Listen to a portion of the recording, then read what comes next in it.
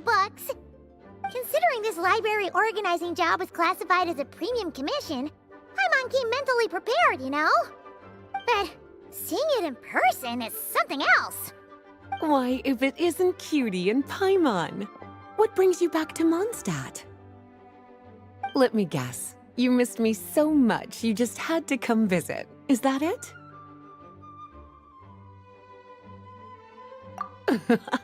You've become quite the flatterer since we last saw each other, haven't you? Found you! We were starting to think you weren't clocking in today.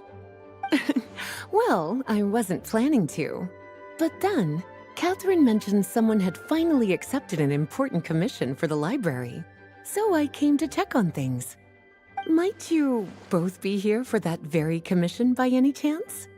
Ah, music to my ears. Now, as you can see, a certain anonymous benefactor has donated a large amount of books to us.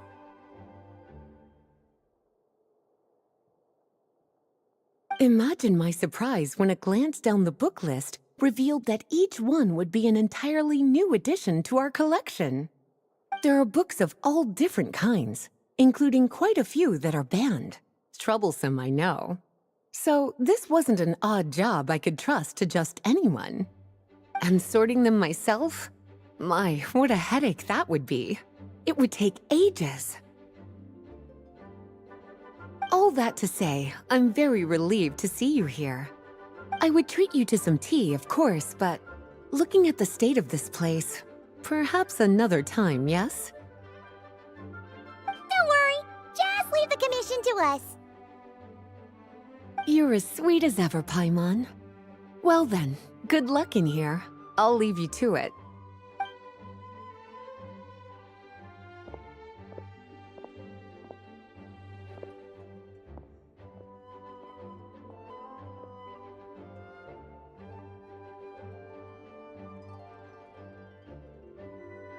Finally! We made it to the last stack! What even are some of these books? A Hilichurl's Guide to Running for Your Life? Do Hilichurls even read? Oh, and Basics of Whopper Flower Cultivation. Who'd grow one of those, anyway? And what's this one? The Little Witch's Dictionary? Huh. That title's kinda suspicious. And didn't we already sort this area? Did you notice it earlier? Huh. Well, witches always make Paimon think of, you know.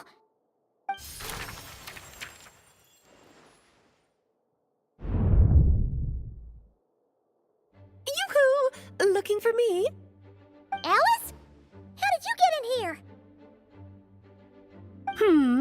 You must not have noticed, Paimon. I wasn't the one who barged in at all. When you opened that dictionary, you entered a mage's domain. What? Ugh. Paimon knew that book had issues. Have you ever read the storybook, The Little Witch and the Undying Fire, by any chance? No matter. At least in name, this book was written as a dictionary for the other one. The actual contents of the two aren't related at all, though. Ugh. That explanation makes things even more confusing. Oh dear. Where should I begin? You know the promise the Hexen Circle made to Varka at the Tripartite Conference, yes? Namely, that in Mondstadt's greatest time of need, the mages would return and lend their aid to the nation? Well, waiting around for danger to descend upon the land isn't exactly our style. Rather than a scenario where we jump in and save the day out of nowhere, it makes more sense to lay the groundwork over time. That's how M put it. Besides, who knows when such a crisis could occur? It could be in the next life, or even tomorrow. Preparation is crucial. So, I gathered the mages together to write this dictionary. Of course, it had to be under the guise of being related to that storybook. Otherwise, I would never have been able to get them in one place. Well, we looked into Barbie's scryglass and came up with a series of tasks tailor-made for the people of Mondstadt. They're all in this dictionary. Striving toward a common goal, overcoming obstacles alongside trusted companions, becoming better versions of ourselves. That is the best defense against what dangers could lie ahead. Oh, you make it sound like something bad is actually about to happen. Now, I never said that. But still, we are talking about trusted companions here, Paimon. And when we speak of a person who could be considered a friend to all in Mondstadt, I'm afraid the pool of options consists of but one. Wait, the huge book donation? That was just an excuse to get us here, wasn't it? We had to spend ages sorting through them, you know. Oh dear, I never could have imagined you would need to go to such trouble. Uh-huh. Sure you didn't. Well, this is an important book. I couldn't just bring it into Teyvat without taking any precautions. Much better to hide it in plain sight, you see. That's why I donated all those other books to the library. Besides, it's not like this is a bad thing. Just think of it as an excuse to reunite with old friends. And as a favor to your dear Aunt Alice. Okay. If the goal is to help the people of Mondstadt, then we're in. We'll take the dictionary. And the next time we run into our friends, we'll pass your tasks and stuff along, okay? Wonderful. Then I'll let you get to it. Have fun!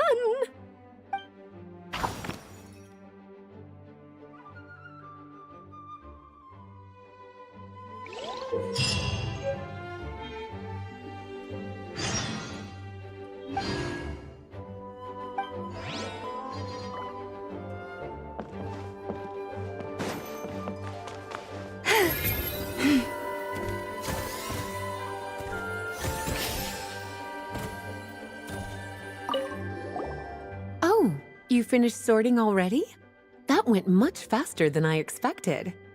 Now then, what would you like in return, cutie? You freed up my whole afternoon helping me with that. How about we spend it together? Oh, that's all? Well, don't worry. I won't forget. Ah, so you noticed too. Such strange names, and even stranger contents. Not to mention, this is the largest library in northern Teyvat, and I didn't recognize a single title on the list. I just don't see how that's possible. Unless... Actually, we just ran into... Trouble, I presume? I think I'll steer clear if it's all the same to you. Besides, if a book exists in this world, then there's a place for them in this library.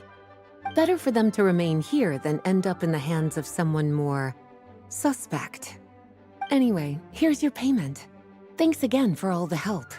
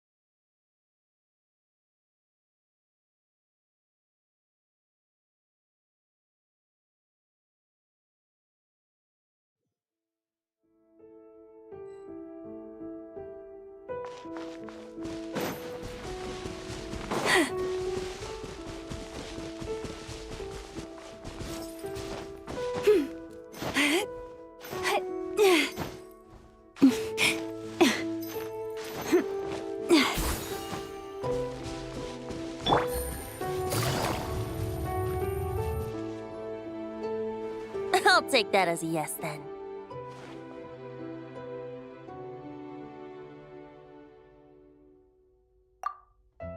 Ah, finally, you're here! Do you have a message for me from someone by any chance? There's not a single prophecy about you in that dictionary. That's what you were about to say, right?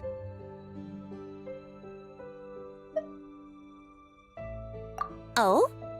One moment, then. Your curiosity seems as strong as ever, Barbeloth. Alas, my future will have to remain absent from your dictionary. The wind may be happy to let dandelions trace its form and have poets sing it into verse, but to be contained is hardly its nature. So, dear Barbeloth, please do set your pen down. Words heard on the wind are not meant to be recorded on the page. If you're truly interested in this legend, allow me to fashion it into a poem. I'll be sure to share it with you ladies at our next tea party. Barbeloth has always been a reasonable person, and I believe she heard my request. As such, our conversation should be free from interruptions for now. Wait, Barbeloth was listening in just now? Paimon didn't notice a thing! Well, she is a Hexenzirkel mage. They all have quite a few tricks up their sleeves.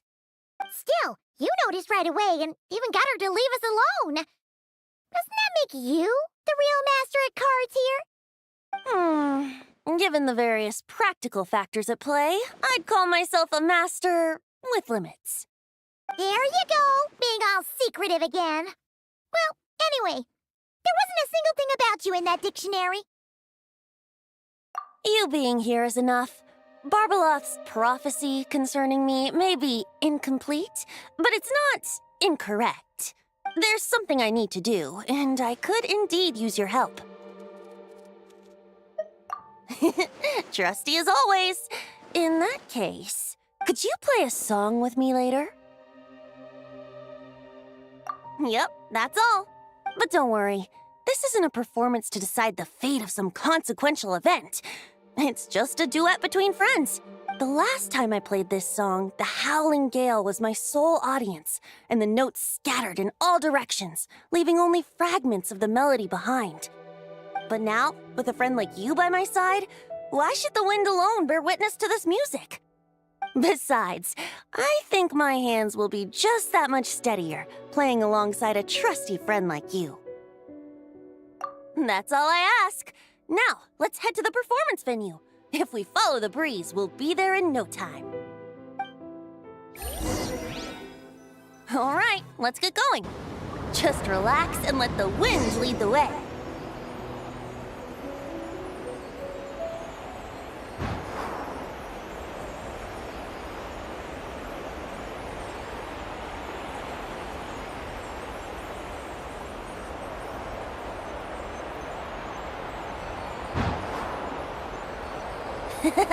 No need to hold your breath.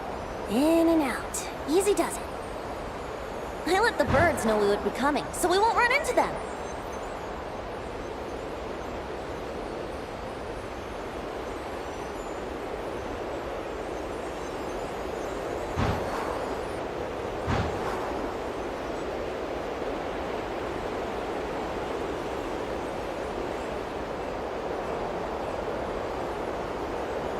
Don't worry, it's just a little ocean spray. You won't get soaked. Ah, the delightful sea breeze. Go on, breathe it in.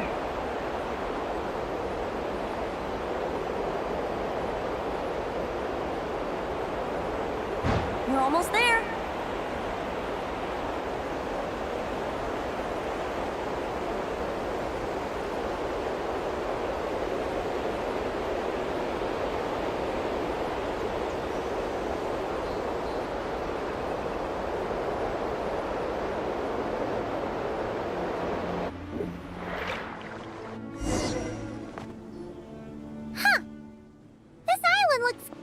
Familiar. Not always. It was once an isle like any other. An ordinary, unassuming aggregation of sand and gravel. That is, until seeds of stories were brought here by the wind and cultivated by time. And in due course, the wind brought forth new tales, and time caused them to grow into legends. So with that, allow me to welcome you in truth to this island favored by time, traveler. This is the place where time and wind met in the distant past. Whoa. You suddenly sound so serious, Tone Deaf Bard. Paimon's not sure she's following this conversation anymore either. Fret not, dear Paimon. The best stories always start with a bit of suspense and intrigue. I told you about this before, remember? About how I encountered Time at the Thousand Winds Temple and received some help? Well, it was because of Time's help that those first winds of freedom were able to blow so strongly. But forceful gales like that are most suited to wiping things clean, not helping things grow. So, after a few crises in Mondstadt were resolved, I made the winds gentler. Just strong enough to bolster the people in times of need without knocking them off their feet. Shadows gather in the distance. I'm sure you felt it too. I've heard about the Pyro Archon's face-off with the ruler of death, Renova, and what happened to the Fatui Harbinger, the captain. And that's not even mentioning how abyssal activity has been encroaching closer and closer to Mondstadt. I fear the impending crisis may be beyond what humans alone can solve. In light of that, I need to be prepared. It is the Animo Archon's duty to intervene in times of need. As such, I, Barbados, will bring forth a wind strong enough to disperse whatever storm lies ahead. But if I whip up a gale of such strength in Mondstadt City, it would just turn the place upside down. Clothes, hats, the flowers that rest on people's balconies. That's why I chose to do it here. The place where I once offered an ode to time. Who knows? Perhaps time chose this island special favor precisely on account of my lovely, lovely music. Wait, so is this place really that special? It sure doesn't look like it. There's a tide that ebbs and flows, and a bunch of birds that come and go. It just seems normal. Time's impact on things isn't limited to what the eye can see. Think of it like a ripe sunsetia. If the outer peel remains intact, it's nearly impossible for the average person to tell whether the fruit inside is ripe. But even the tiniest hole in said peel will cause the fruit to rot, starting from that spot. Nestled in the hands of time, not one blemish marks this island's peel. Thus, time's influence on its very essence remains hidden to all.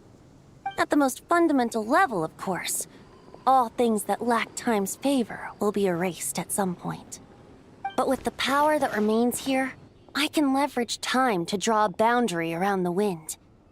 That way, the outside world won't notice a thing, no matter how powerful of a gale I whip up here. Of course, as the one requesting help, I should offer something in return. That's why I invited you here, traveler. So we could perform an ode to time together. Just let me know when you're ready. Oh, and I can lend you an instrument if you need one. Great. Let's get started.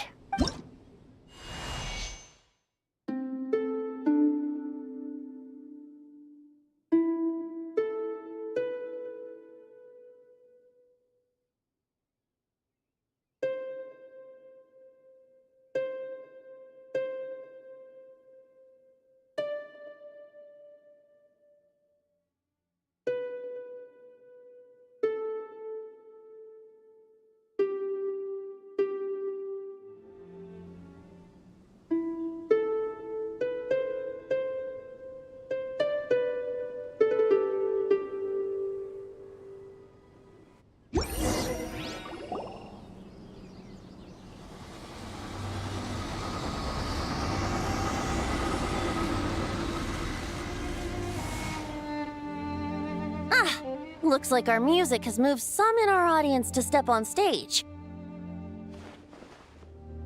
But that's against concert rules, so let's usher them out.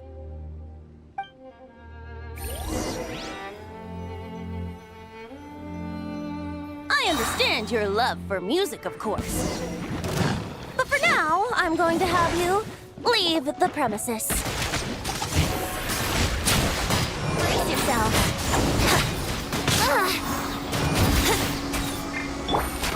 Gotcha. Quietly now. Lightning terrified! Branch into song.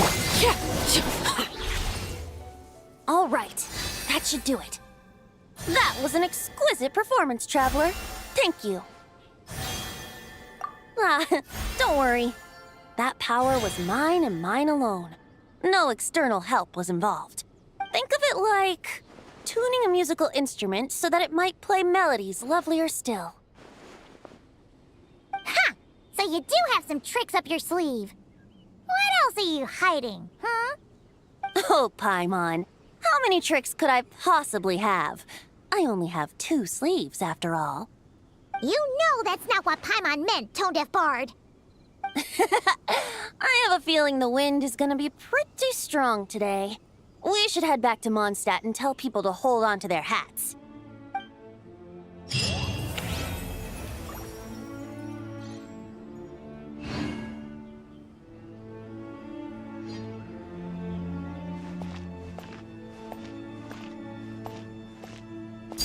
Laid bare.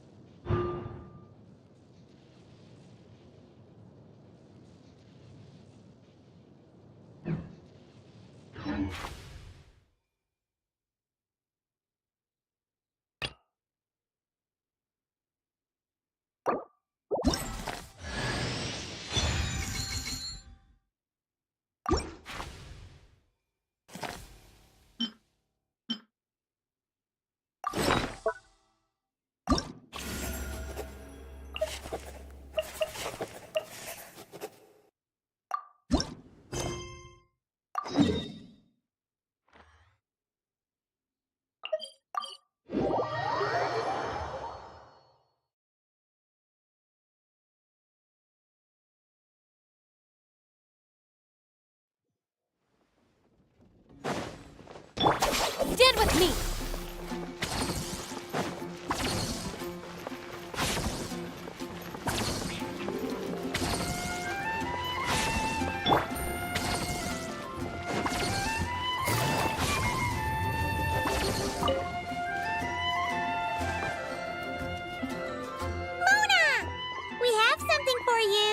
Oh, Traveler Paimon! You're full of energy today.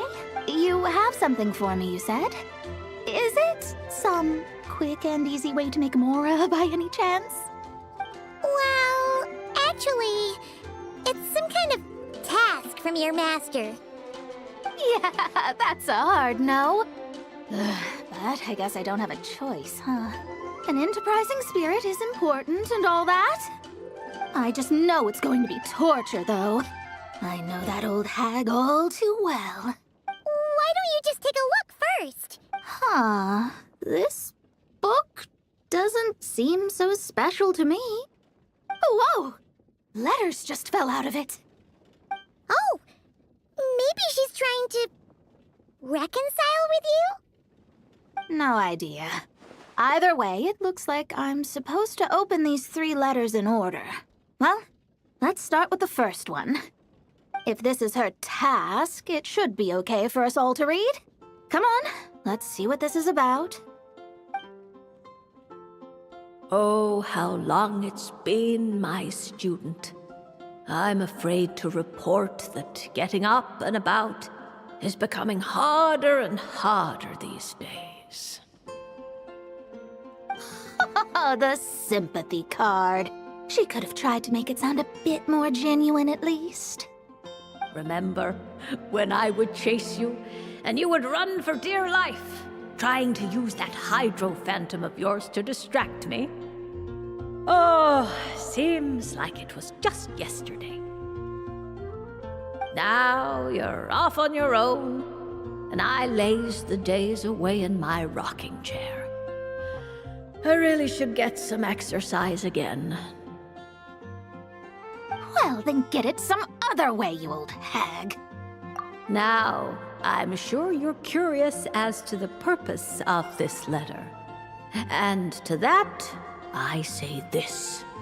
If you want to learn how to predict the fate of an entire kingdom, or even the entire world, head to Sumeru and search for the gate to an underground kingdom. Once there, open the second letter. Huh. But she knows how to lure people in, that's for sure. Is she serious about passing on her secret technique? Guess she really is getting old. You two have such a weird dynamic. When you talk about sentimental stuff, you fight. But when it comes to dry academic stuff, you get all emotional. Anyway, this gate to an underground kingdom sounds familiar. Wait, you've heard of it? Yeah, it should be the same one we're thinking of. Perfect. I don't even need to investigate then. Oh, that means no hired guide, no lodging, no shelling out Mora left and right. Come on, there's no time to waste. Let's go. And since you didn't mention a transportation fee just now, Paimon's guessing that means... Yep, same method as usual. Let's go.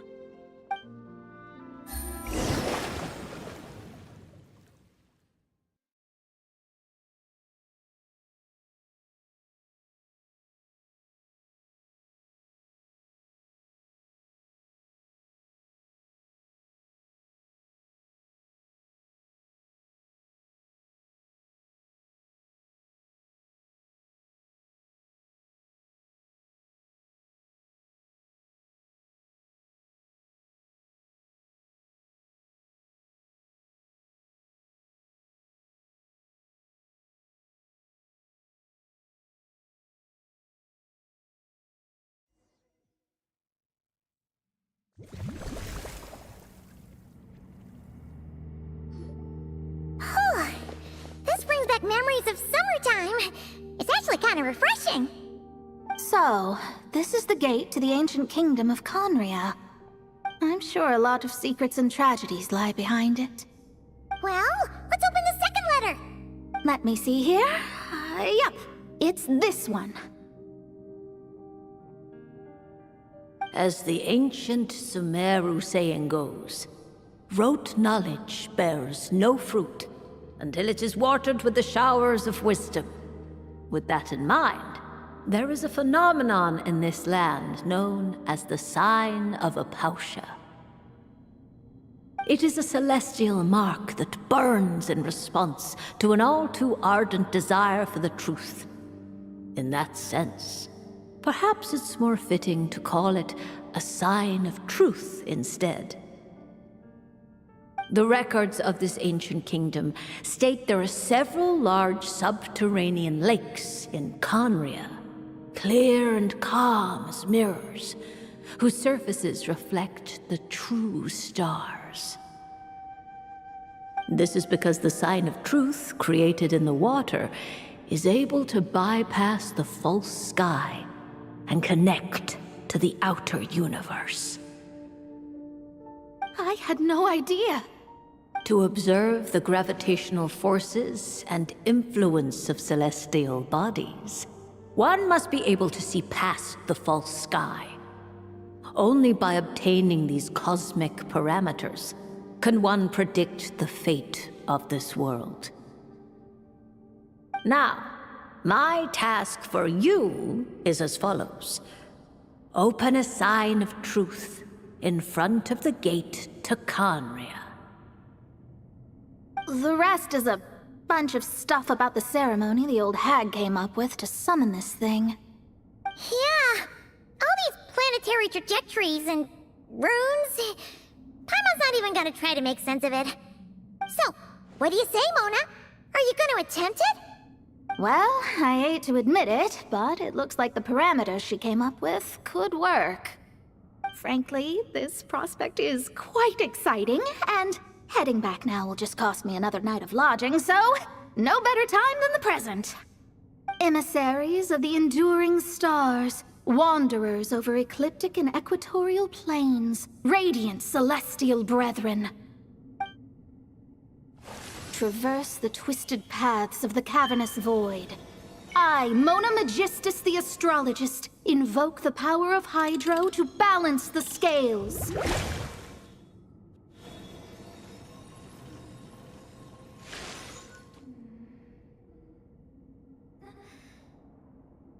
By wisdom and truth, let the thirst be relieved. I, Mona Magistus, the Astrologist, summon you, O stars, to stand before me! Did it work? Ah! Monsters! How did that happen? No dice. The sign of truth only opened long enough for the monsters to slip through. Darn it. I didn't get a glimpse of the real stars at all. Whatever. I'll just take it out on you! The ceremony failed, but the old hag's new theory seems workable. I have a better grasp of hydromancy now. And the perfect test subjects to test it on.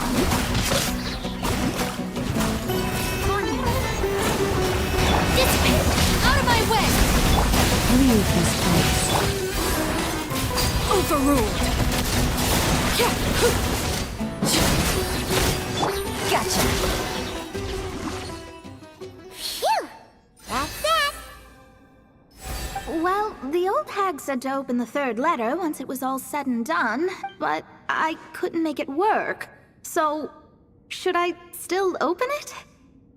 You know, Paimon thinks she understands your dynamic a lot better now. Look, she didn't say you had to successfully complete the ceremony, so you can open it. It'll be fine. I guess. All the same, I doubt she has anything nice to say. If you're reading this, it means you attempted to open the sign of truth. Seriously, I can't believe you actually tried it. What are you laughing at, you old hag? Conria was home to several lakes of stars, rendering the fabric of space in that area comparatively unstable. As a result, attempts to break through the firmament through non-physical means were more likely to succeed. In any case, I knew this place was well hidden and wouldn't be frequented by too many people. As such, any negative effects of failing to open the sign of truth would remain small scale. And of course, as my student, I felt sure you would have the chops to deal with the abyssal creatures that roam beyond the false sky. Even if you couldn't beat them, I am certain you could outrun them. You always were fast on your feet.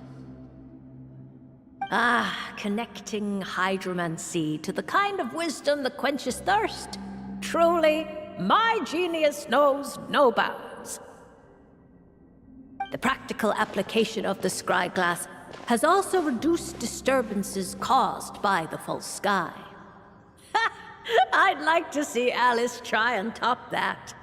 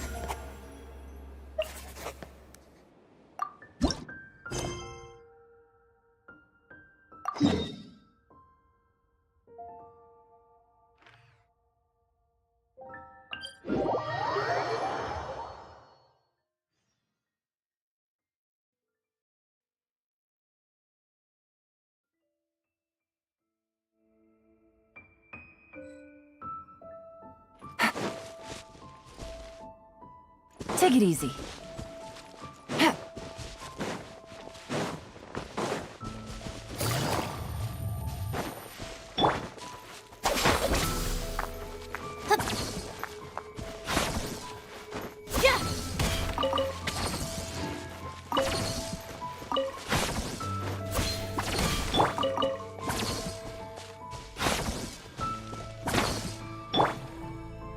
Our bond is strong.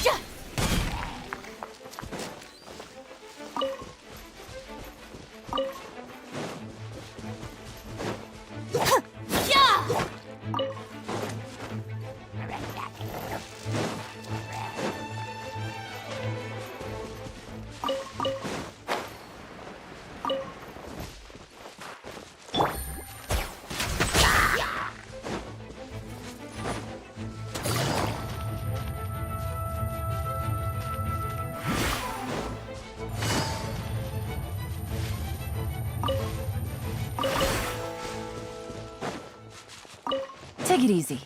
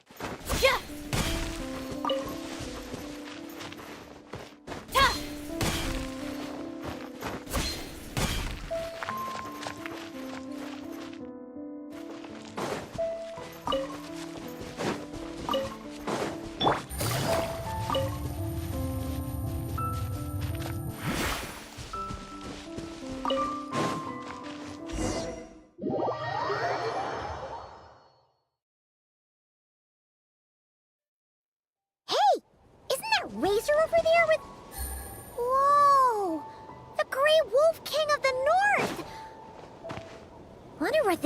talking about?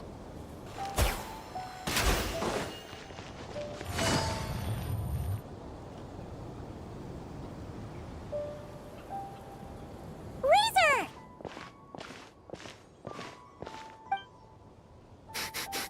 Familiar scent. Ah, you two. You have been good? Yep, we're doing great. Oh, but what happened to Berea's Razor? We saw you talking just now. Is it a secret? We go on hunt. I tried to convince Wolf Lord. A hunt? Oh, is that Razor's task? Are the wolves out of food? Is that why you're going on a hunt?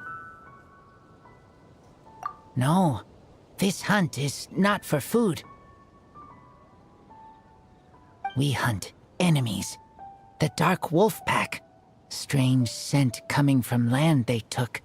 Getting stronger. We must hunt enemies to purify the forest. Oh, so did Boreas agree? Paimon remembers last time he said something like, Razor, you must not get involved. This is for the wolves to settle between themselves.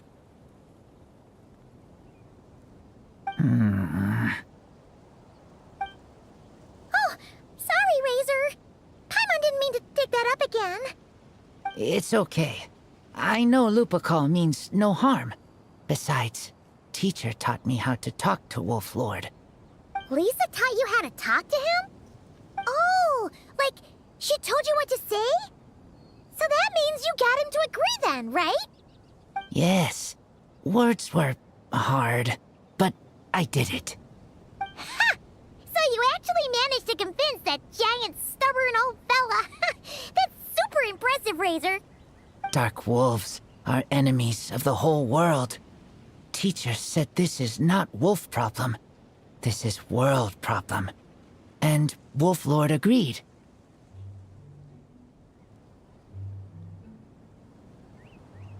But because of that, other wolves won't join. This war is between me and Dark Wolf Pack. Then count us in too. Those awful Rift Hounds have been getting on our nerves for a while. Thank you. Help makes for easy hunt.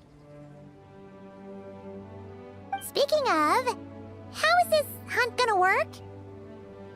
We set trap. Chase dark wolves here, into trap.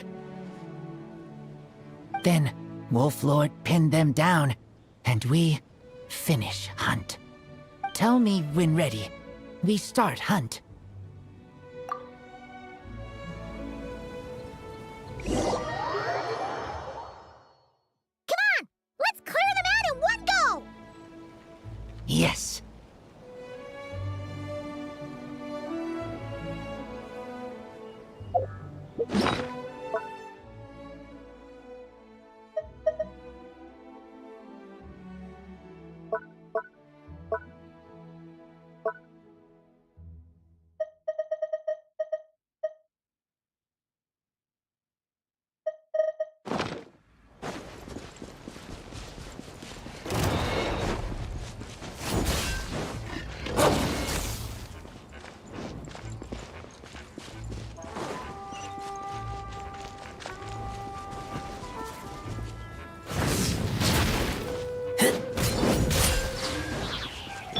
Quietly now. Gotcha.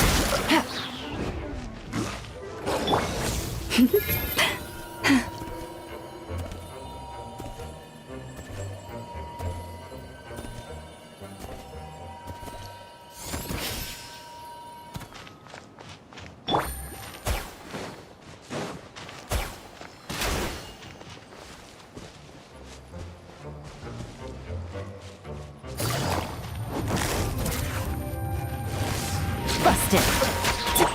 Forest, protect us. Transfixed! I'll settle this. Gotcha. Busted. Here comes the catch.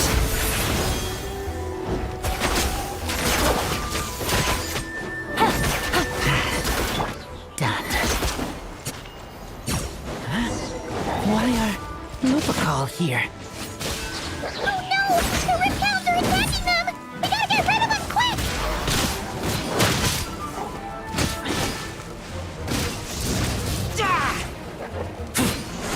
Keep back!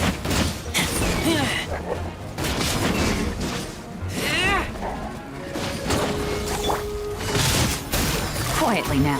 Dissipate. Lush as the moon. Laid bare.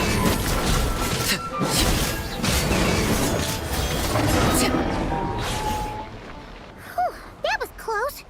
Good thing the wolves were there to help. They intercepted those Rift Hounds for us, and even drove them away. But this isn't wolf problem. You're doing this to help your Lupical, right? Well, they want you to be safe too. Paimon bets they went to the Wolf King and said, "Listen here, this isn't just our Lupical's problem. This is the world's problem." And then rushed over to help. Lupical is Lupical. I am human, but I do not need to be wolf to be Lupical. I just want to help them. Well said, Razor.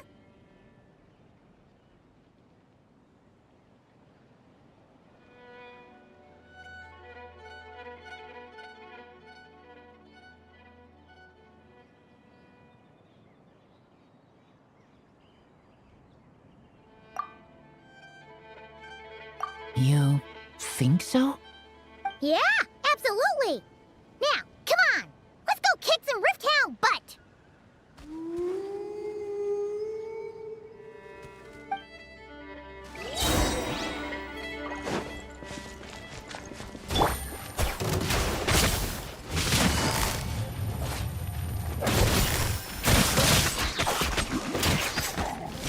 Leave this place. Bond is strong. Overruled. Busted. Take it easy.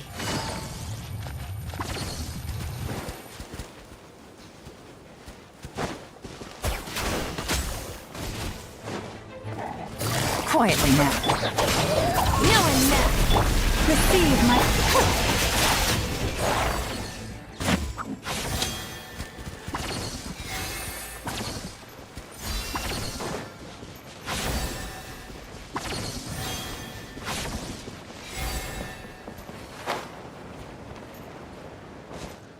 Look!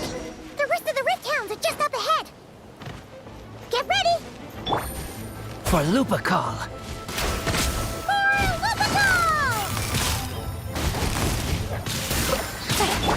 Forest, protect... Laid bare. These are about to get dicey. Quietly now.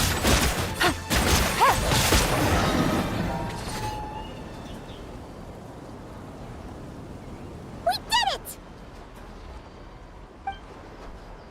Thank you for helping. I thought protecting Lupical was up to me. But Lupical also... We're here because we care about you, just like you do us. That's what makes us Lupical, right? Right. We are Lupical forever. Aww. And now, there won't be any more intruders in Wolvendom. No. Dark Wolf Pack, rip open sky. They could come again. But me and Lupical will hunt them down, no matter what. Yeah, if you ever need help, just say the word. We're here for you. I appreciate it.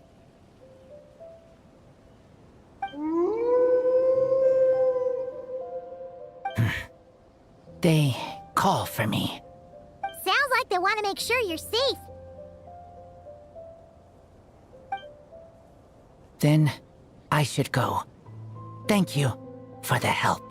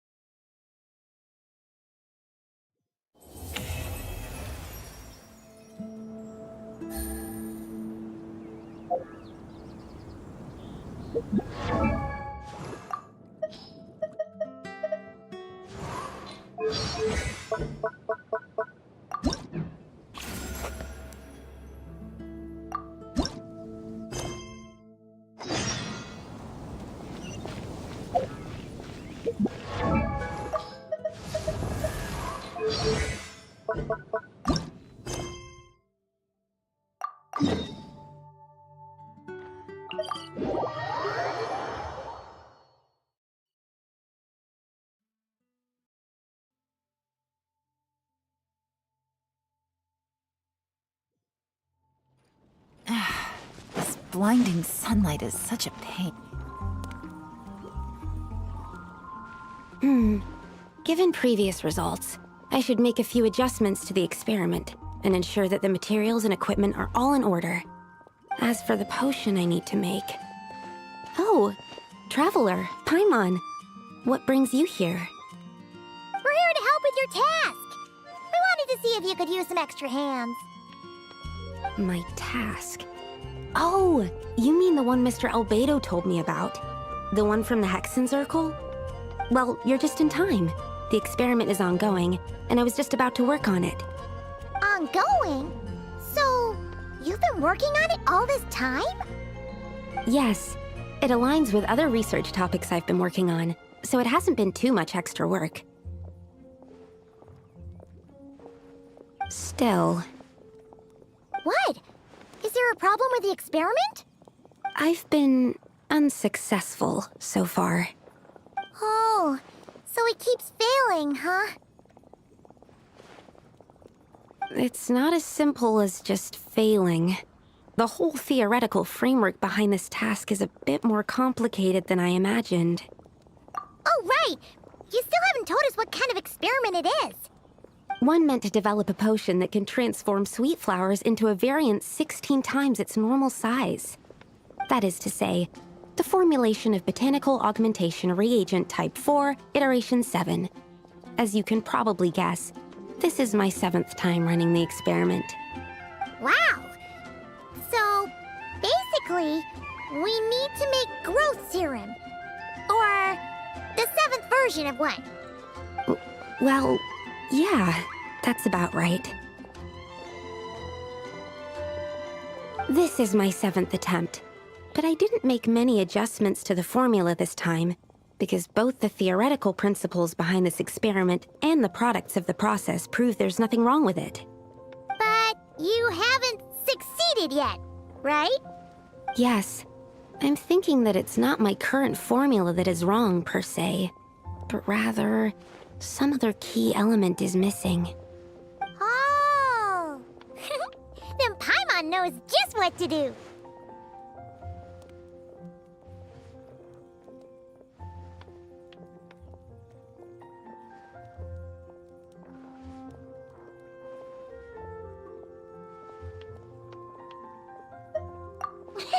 Well, that's why we're helping out. Wait a second! Paimon is not an ingredient! We could try. It's just... I would need to adjust the ratios in the original formula, and that might make the potion even more unstable. No! We are not trying that! Just show us the original! Here it is. That said, I'm still missing 2 ingredients. Now that we can help with. What do we need to get? I need spring water from Springvale to use as the base, as well as Eye of the Storm fragments. But that last one could be tricky.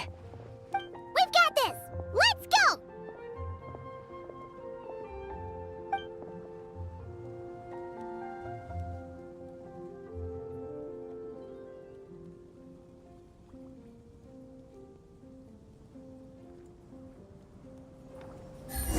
Let's tackle the Eye of the Storm first.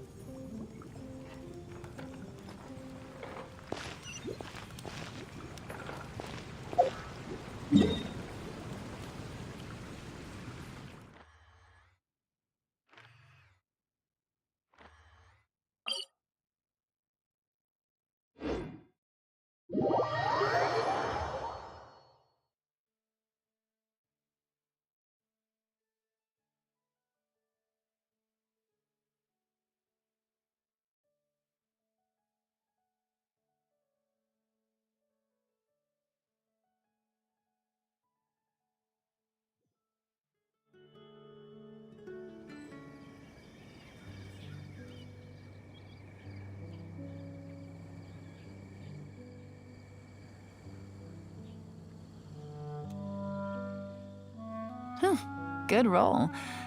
All right, maybe I'll take one more day off and knock out the rest of the work once I'm feeling up to it.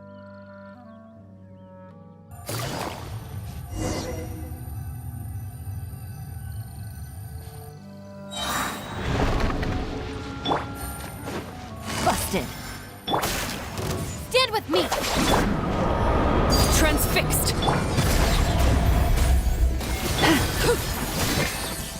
This is where you fall. Enhanced animal module 75. Stand clear. Animal test 63. Alright, that's the first ingredient done. Wow, you two work fast.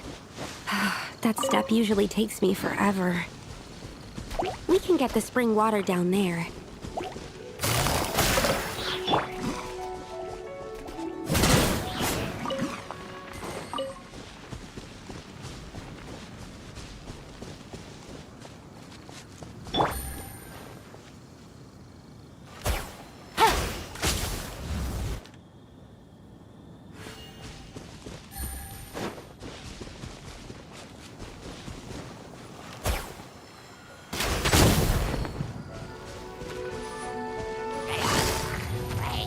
Busted.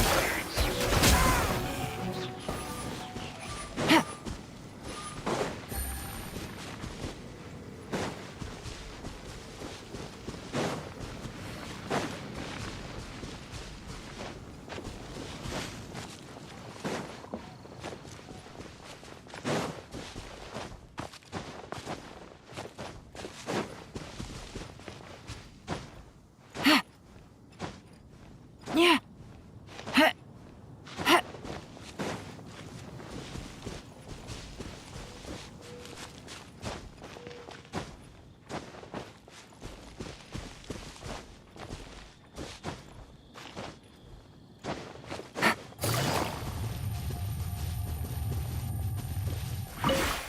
Take it easy.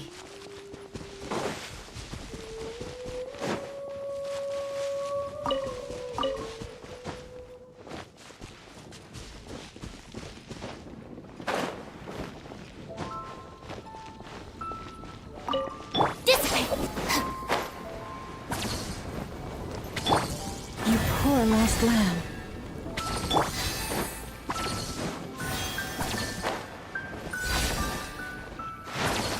The high quality of Springvale's waters makes for a stable potion-making ingredient. That's all we needed, right? Yes, let's head back.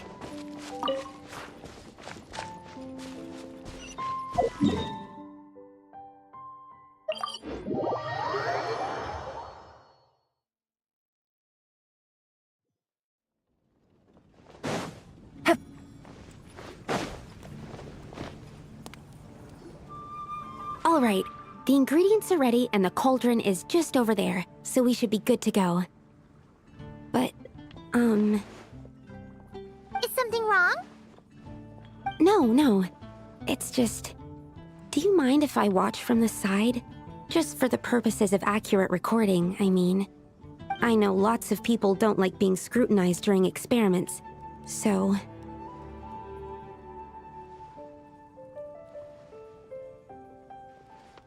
Thanks. Then, I'm ready to go whenever you are. I'll make sure to take detailed notes, too. So, are you ready to start the experiment?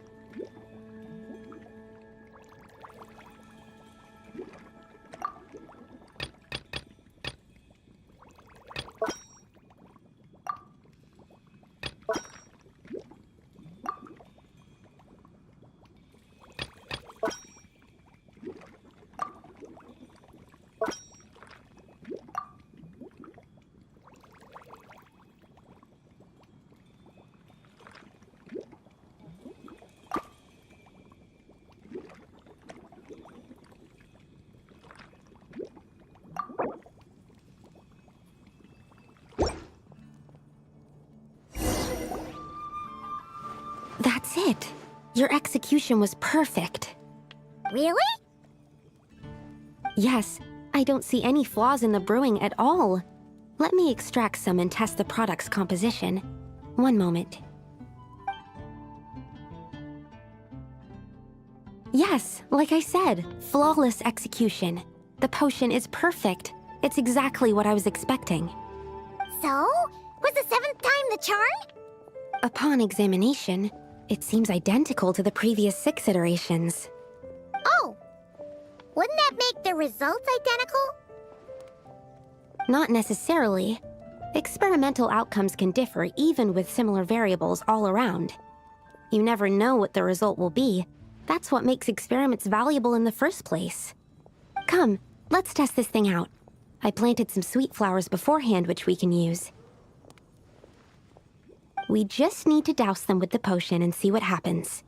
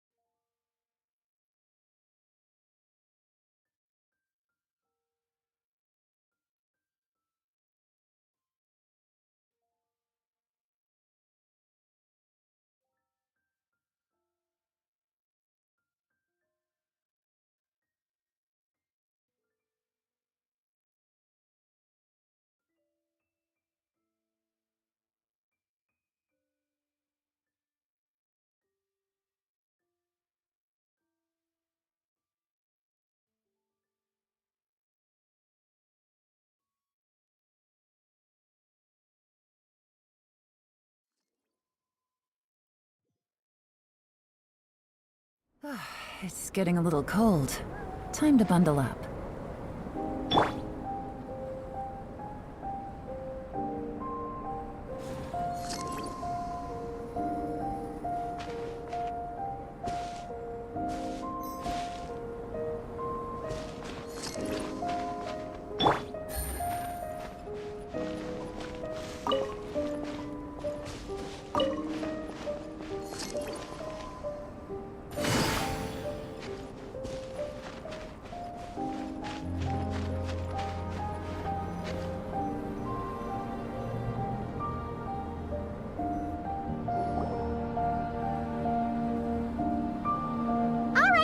We poured the growth serum on the flowers.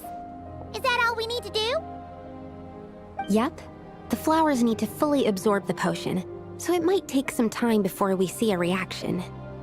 What happens then?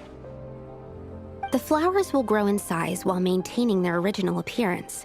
But then, when they reach 12 to 14 times their normal size, this will prove more than they can bear.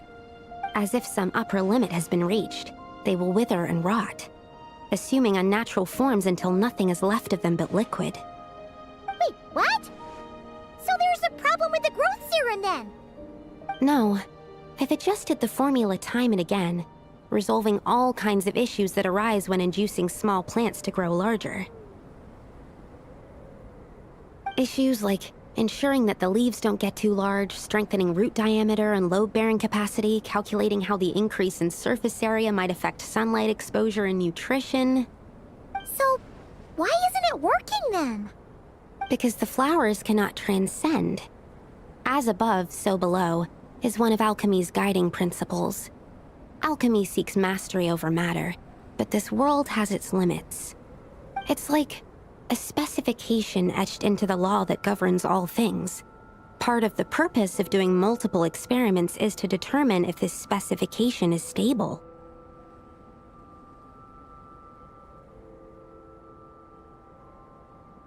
Exactly. It proves that the limit continues to exist.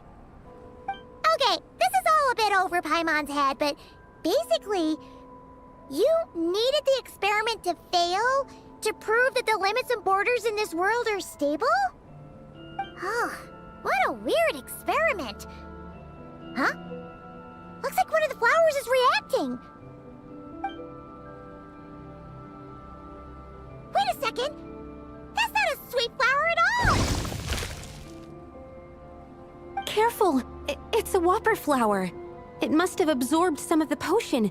Wait, but that's happened before, and it's never gotten this big either. Can this mean... We can talk about this later! Let's get rid of it first!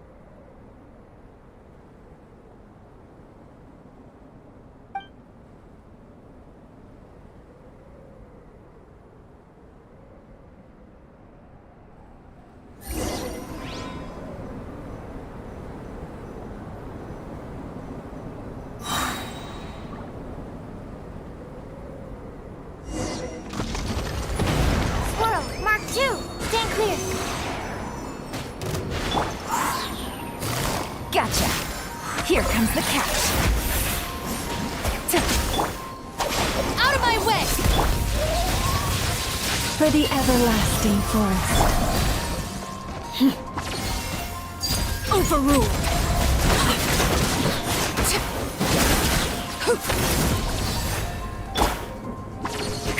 Animal test 6308!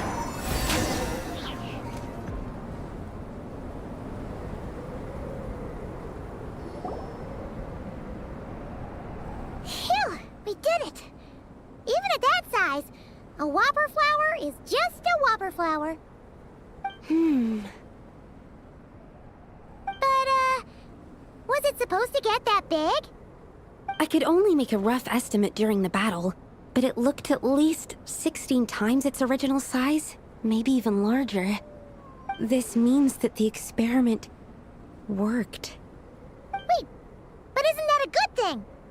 I'm still not sure what the implications are, but if further attempts succeed in reproducing this result, that means that something's different. Perhaps the limits and laws of this world are changing due to some unknown factor. I can't say if that's good or bad, but from an alchemical perspective at least, expanded boundaries means that more possibilities are now open to us. Either way, this brings my task to an end. Seems so. That said, it could also be an effect of the person who made the potion. There could also have been something special about this particular whopper flower. There's a lot that still needs to be confirmed, so I suppose this task opens the way for further questions. Well, we're here if you ever need some help.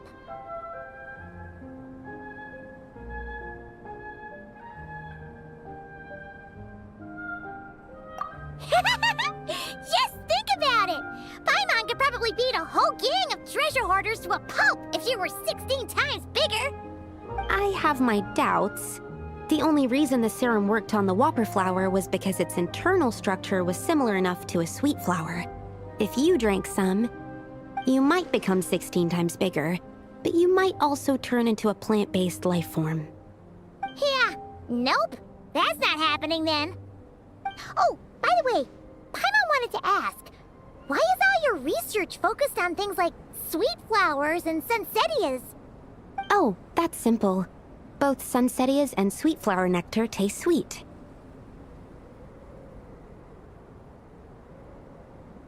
So in that sense, accidentally making a whopper flower 16 times bigger comes with a hidden benefit. Because whopper flower nectar... Tastes exactly like sweet flowers? That's right. Once I've extracted the sugar from the nectar, I'll give you some. You get it!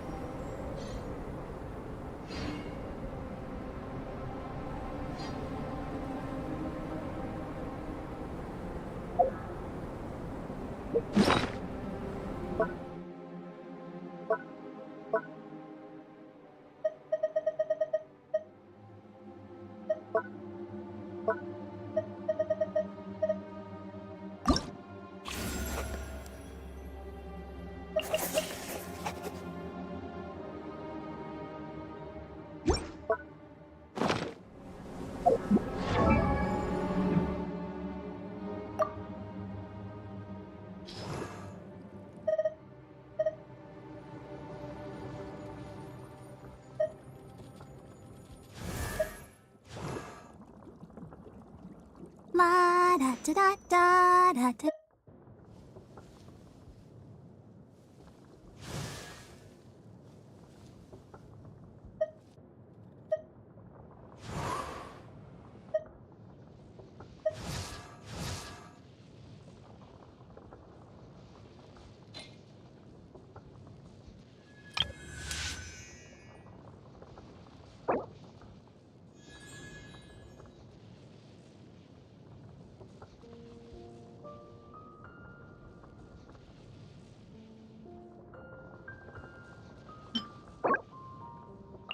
I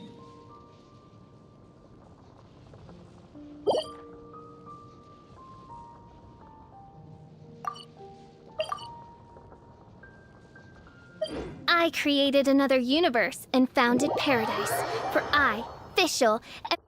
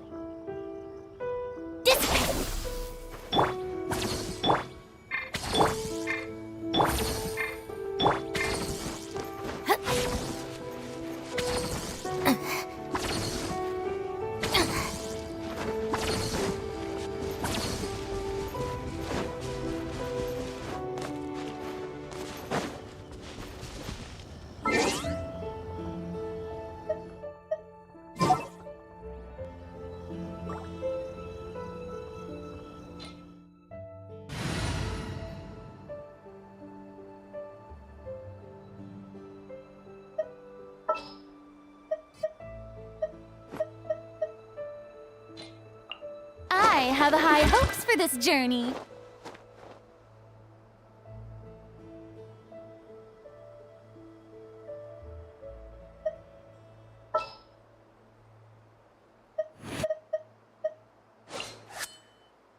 I hear you've got a job for me.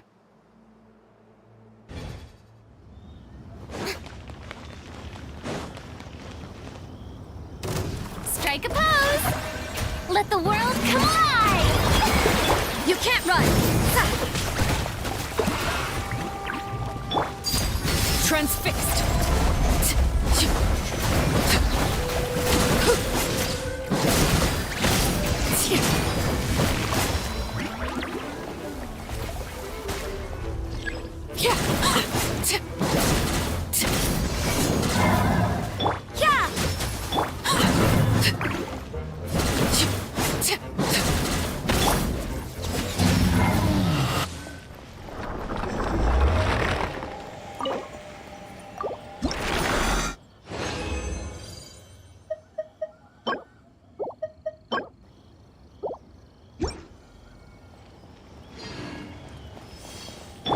Shower me with praise!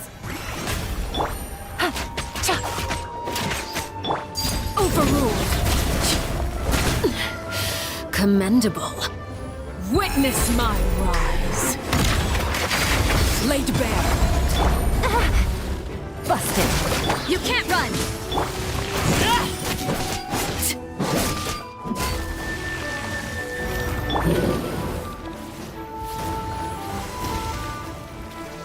Gotcha.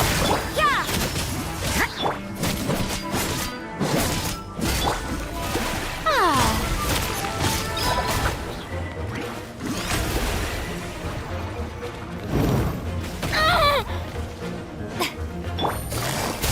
Busted.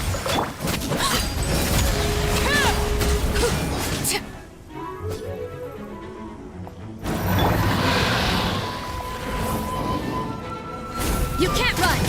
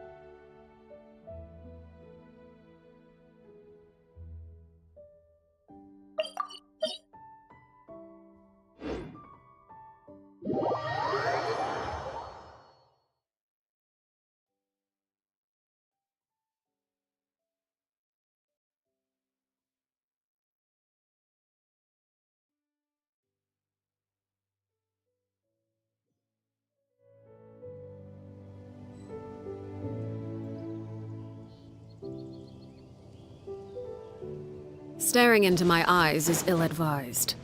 I can't promise you'll like what you see.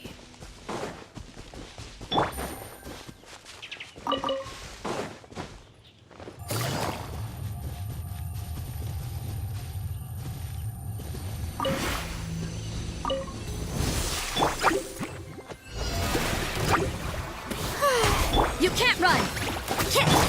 Gotcha! Take it easy. Overruled! Everlasting as the moon! Transfixed! Cha! Ta! Ta! Ha!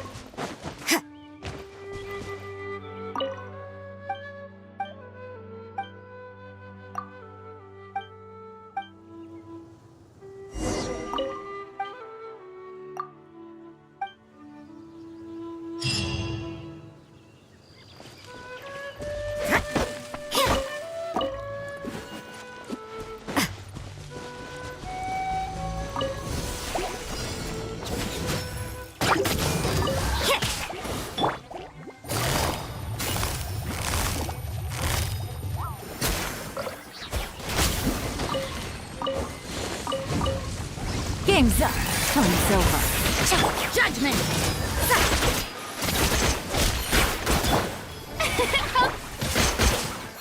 Shiver!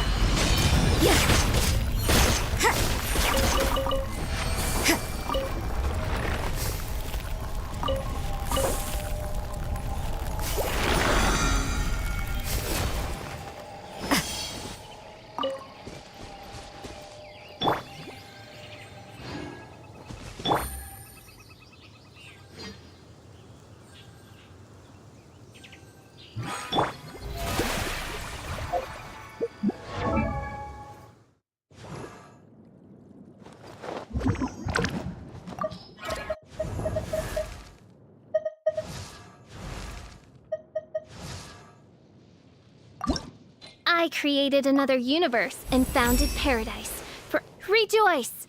Else tremble.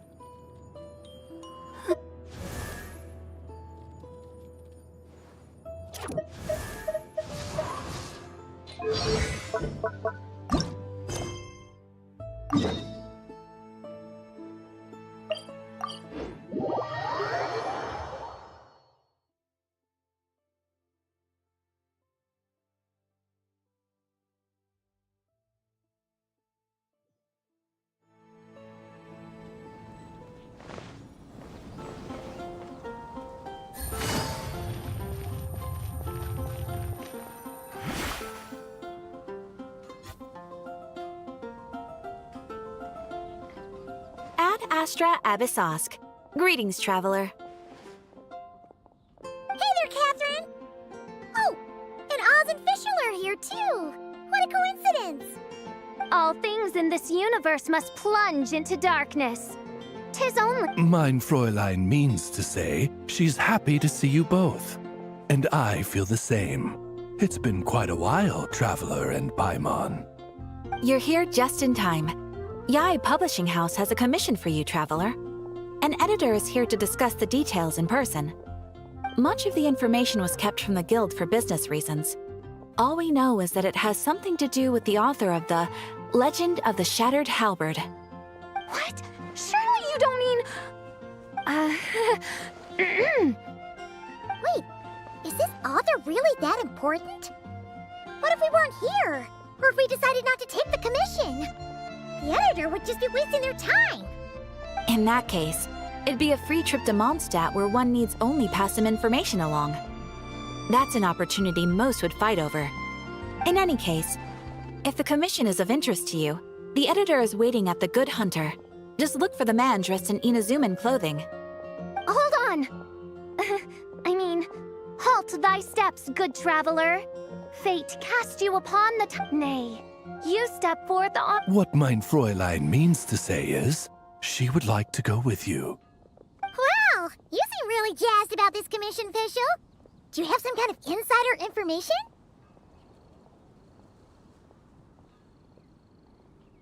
Well, let's head to the Good Hunter to meet with this editor then.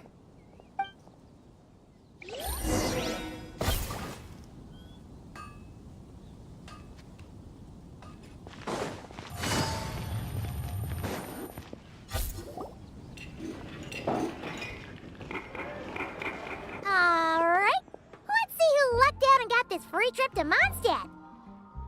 Wait, you're Shing... Oh, Genu's editor, Onodera. Traveler, thank you for all you've done for us in the past. I come here today with a commission from Lady Yai, with which I'd like your help, should you be willing. Oh, and might I ask who this person dressed like Princess Fischl is? You have the pleasure of speaking to our eminent person, Fischl, Prinzessin de Vertalang.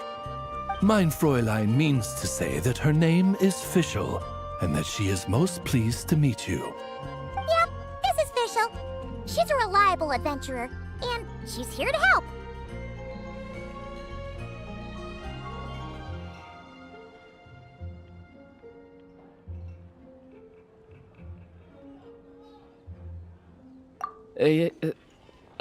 Yeah, I, kinda got that the first time.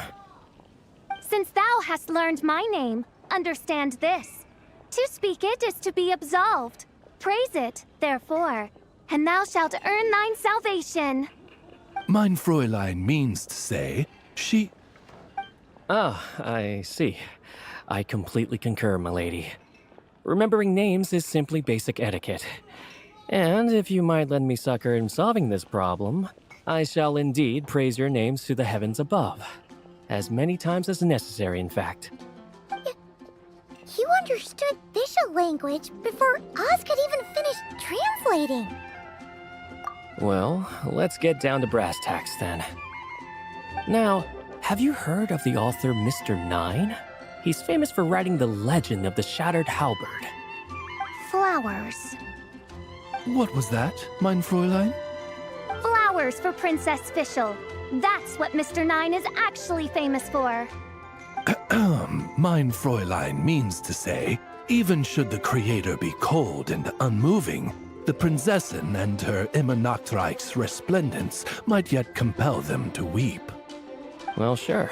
The author of Flowers for Princess Fischl, Mr. Nine.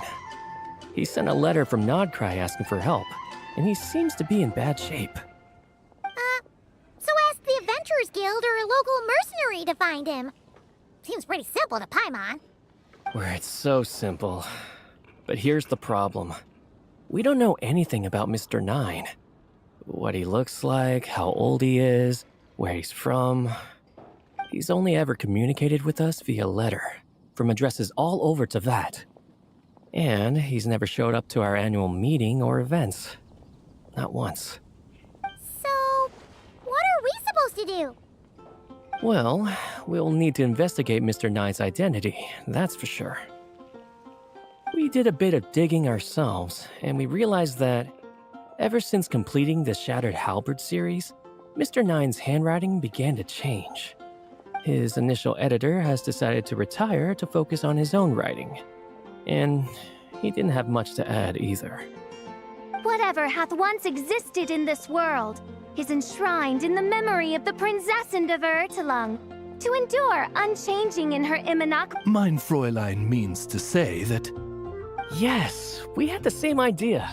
So, we tracked down the original manuscript of the Legend of the Shattered Halberd. Aw, man! Genyu's gonna be so mad he missed out on this. Wait, you didn't need Oz to translate this time either, Onodera.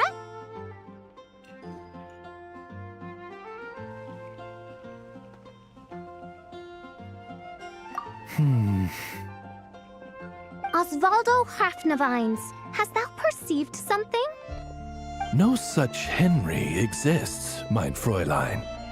I sense a faint, elusive resonance. Something akin to the magnetic field, gravitational force, and threads of cause and effect that surround you, mein Fräulein. Isn't that interesting? Well, in the end, our only takeaway was that the design and craftsmanship of the paper point to it coming from Qingce Village in Liyue. Huh. Could Mr. Nine be from Liyue then? No, wait. If we're talking authors from Qingce Village specifically... No, it couldn't be. Could it? Chong the Ninth? Ah, I've heard of him. He won a Best New Author award for the first apprentice of Guhua. It matters not. Though the Saint of Tears and the Saint of Atonement perform manifold labors on divergent principles, their power flows but from a single source. Mr. Onodera, if you please. Wait, Oz? It's great that you trust Onodera and all, but we're still in the dark over here. You speak true, mein Prinzessin. Even if Chong the Ninth doesn't turn out to be Mr. Nine, he's still an author, and he could have had contact with him. I think it's a good place to start.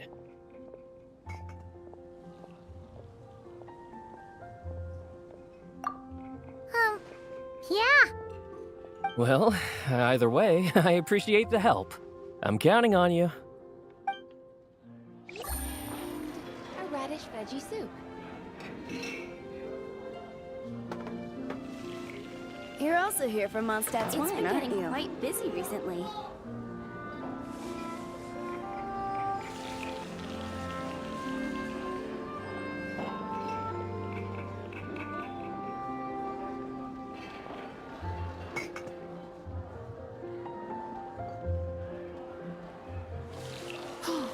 I guess I'll post the commission at the Today's Adventurers Guild. recommendation is the steak.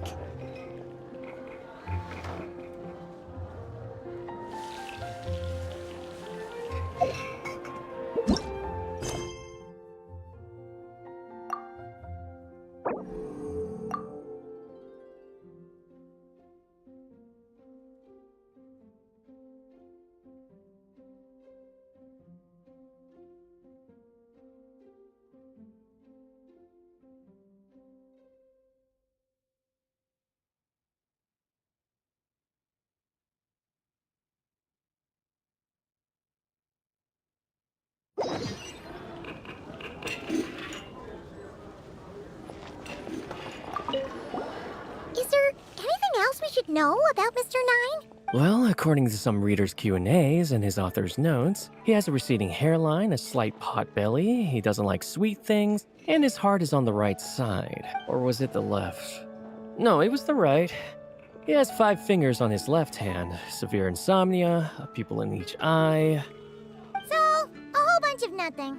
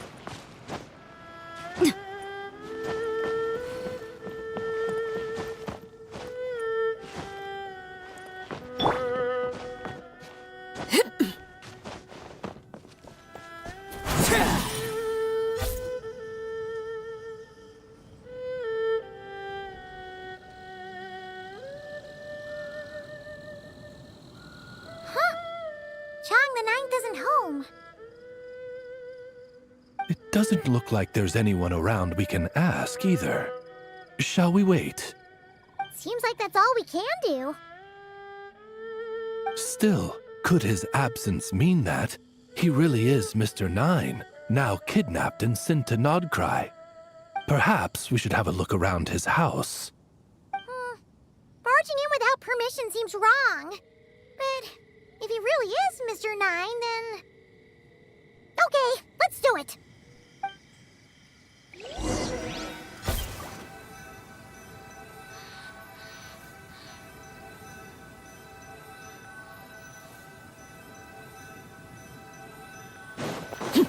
Nope, nothing useful.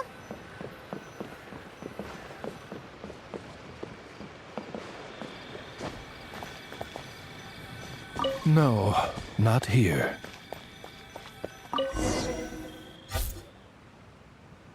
Just seems like a bunch of ordinary stuff. Nay, I, the Prinzessin, have beheld the mystery of the universe enshrined in these specks of dust. What hath been revealed is the very fount of wisdom. Ever does it flow toward the shores of truth. Mein Fräulein means to say, she thinks this is a clue. Wait!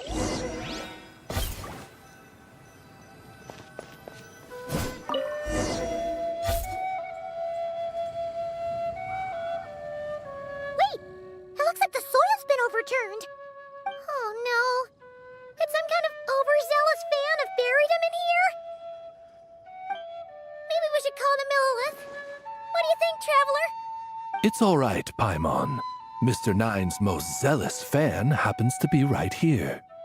And since Mein Fräulein would never do anyone harm, I'm certain the same is true of his other less avid supporters.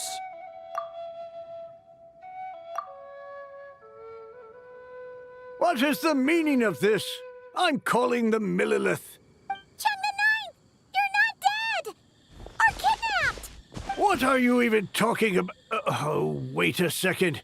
You're the ones who came here with that young lad from the Guhua clan. Yes, I remember. I'm guessing this is a misunderstanding then. The question still stands, though. What are you doing digging around my house? Oh, well, actually, we just wanted to know if you've ever written under the pen name Mr. Nine. What? Not even a whole bucket of hallucinogenic mushrooms could make me that delusional. No. If I were Mr. Nine, why in the world would I enter all those writing competitions? To what? Demolish the competition from the shadows? Yes, doing a real bang-up job, aren't I? My submission's never even been selected. The classic archetype of the boy hero is outdated. That's the kind of critique I get. Even opening with a plot twist or disguising your hero as a fool is falling out of fashion. Modern readers are drawn to the boundless imagination and innovative world-building character of Mr. Nine's works. Good point.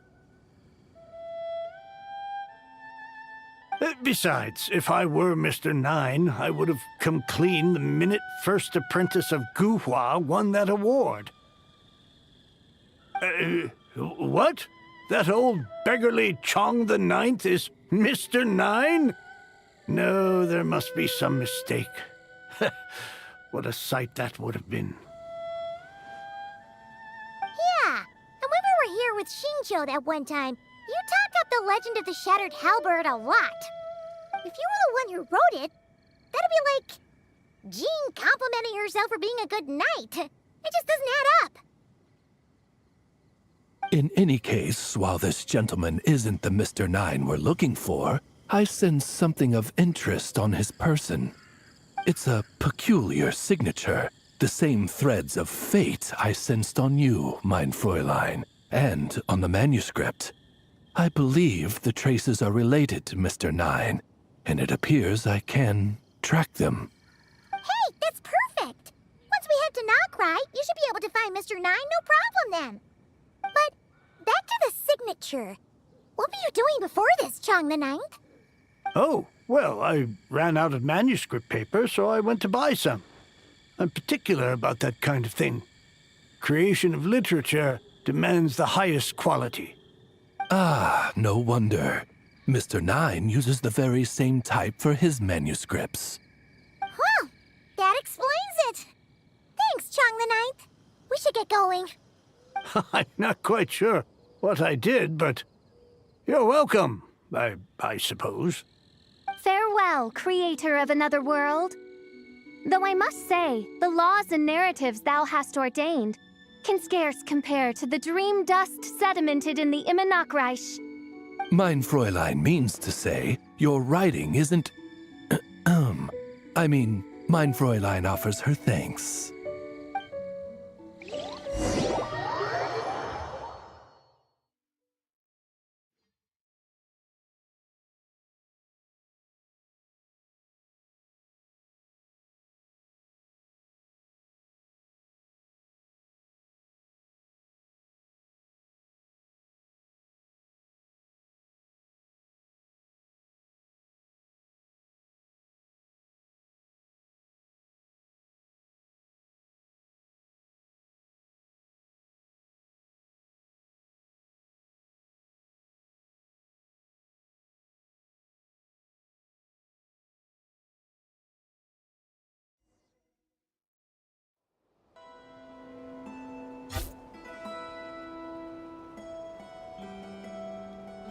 It should be up ahead. Wait, did something attack that Sealy? Something doesn't seem right here. And it bears the same signature I sensed before. Then it would seem fate has dictated our path for us.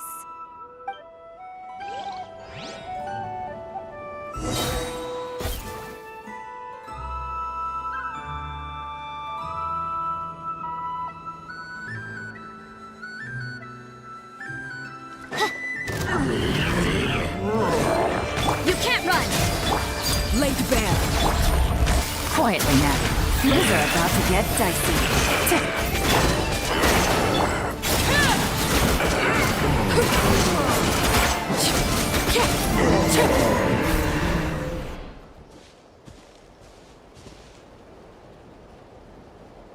Huh. Looks like the Sealy is showing us the way.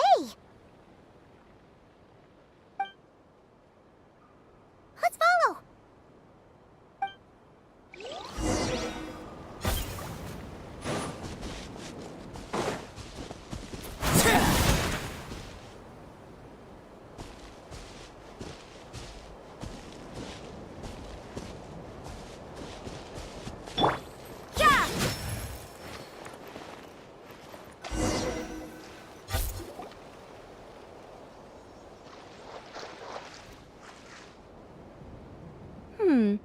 What are you doing here?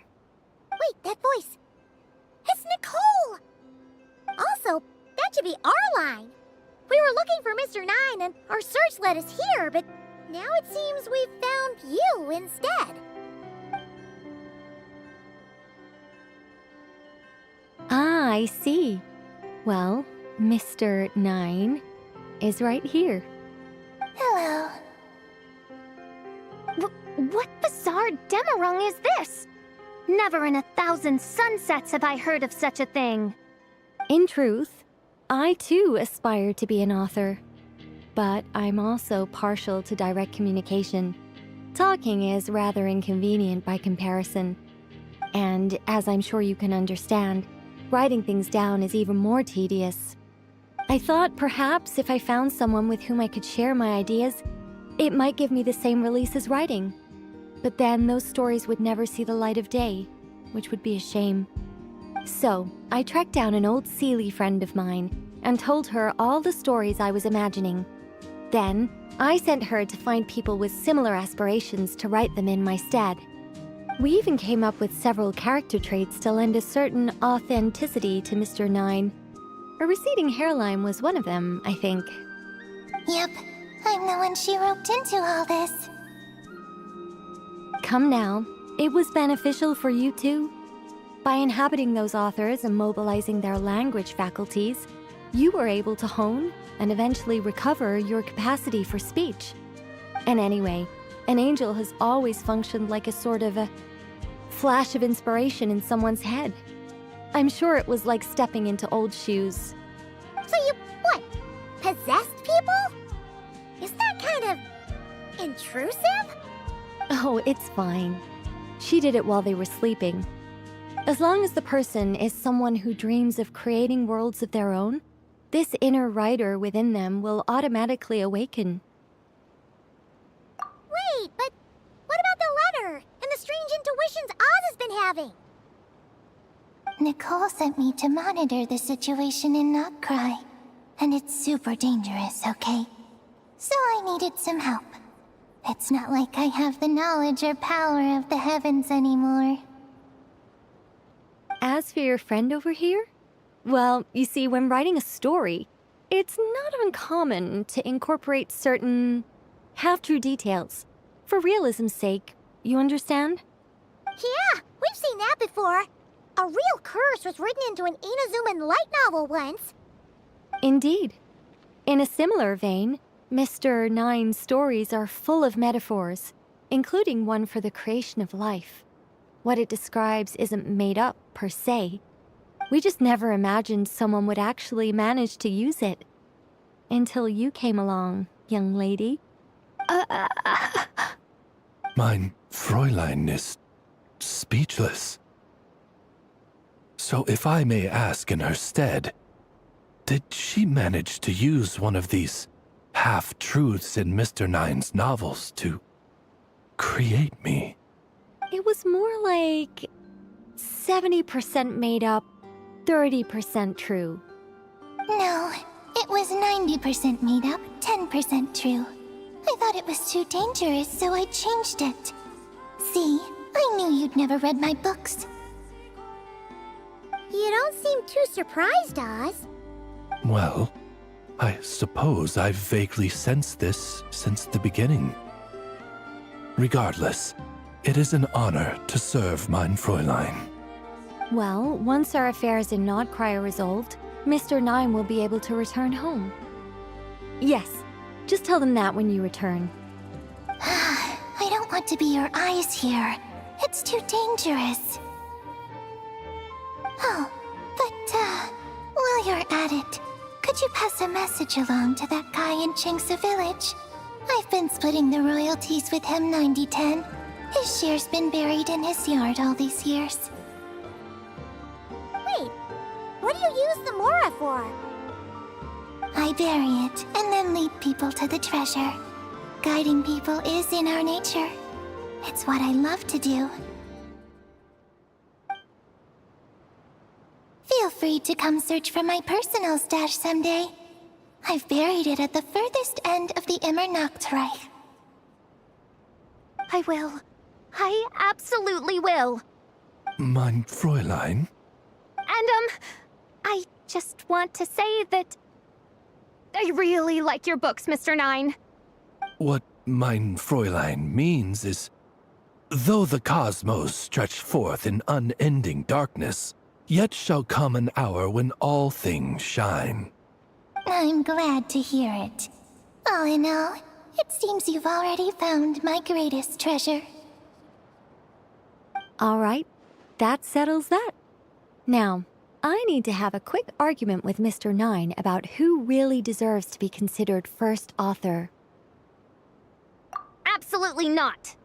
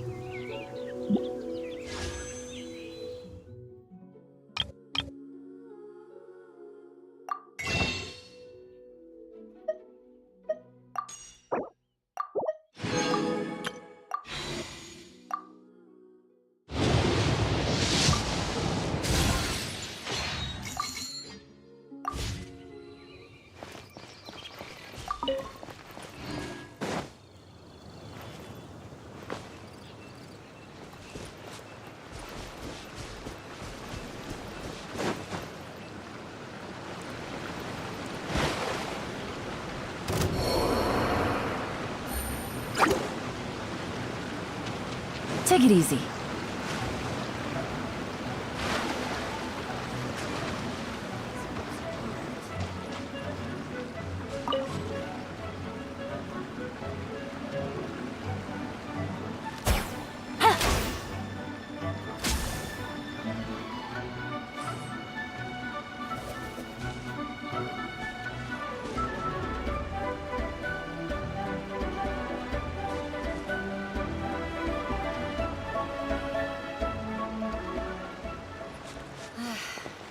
Still can't tell all these herbs apart.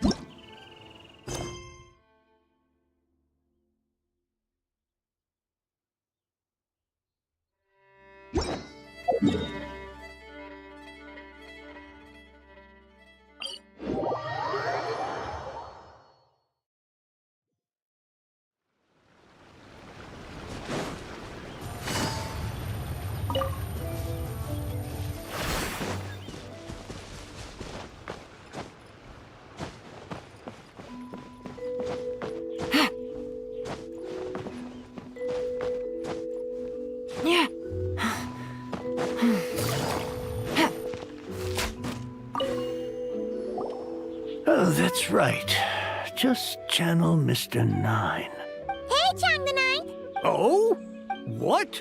Where did all this Mora come from? About that. So, Wait, what? So, channeling Mr. Nine actually worked. I can't believe it.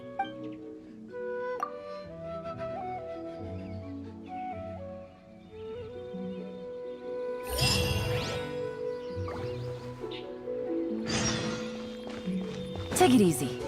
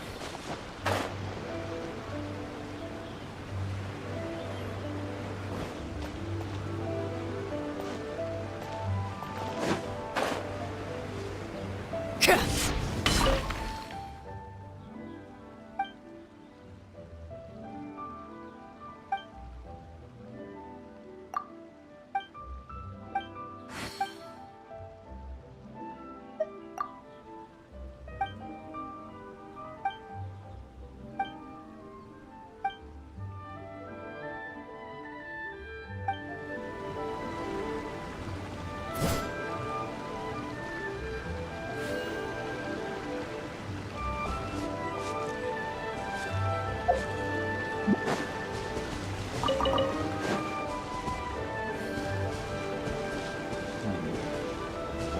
if it'll be a good harvest.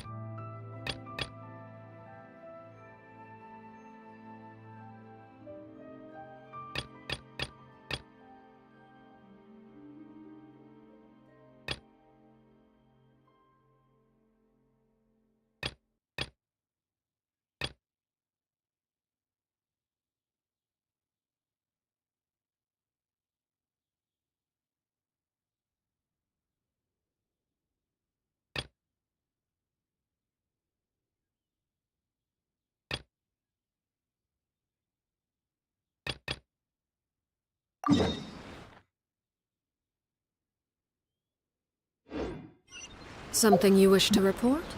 Go on. You have my undivided attention.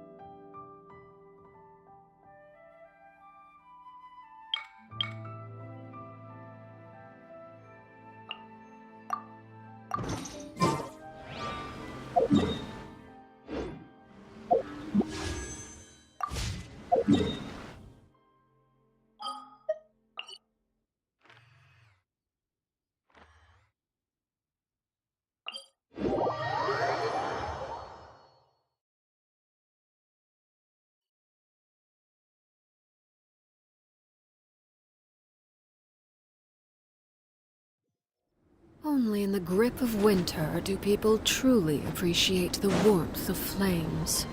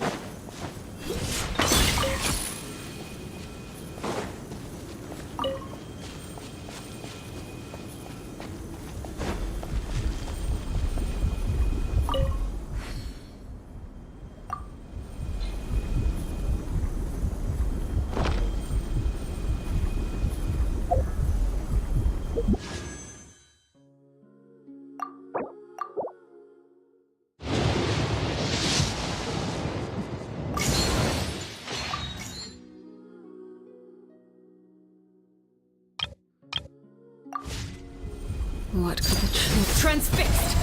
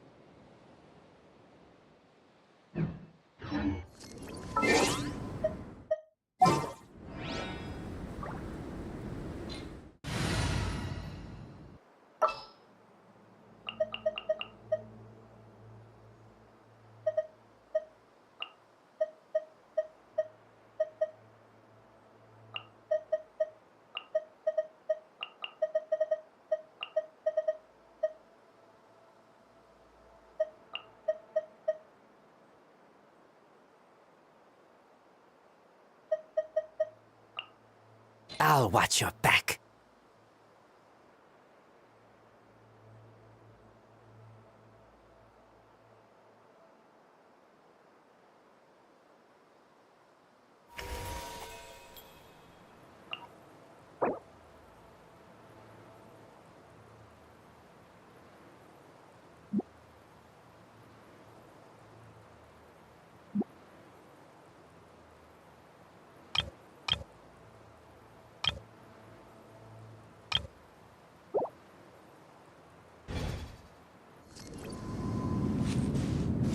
Here we go!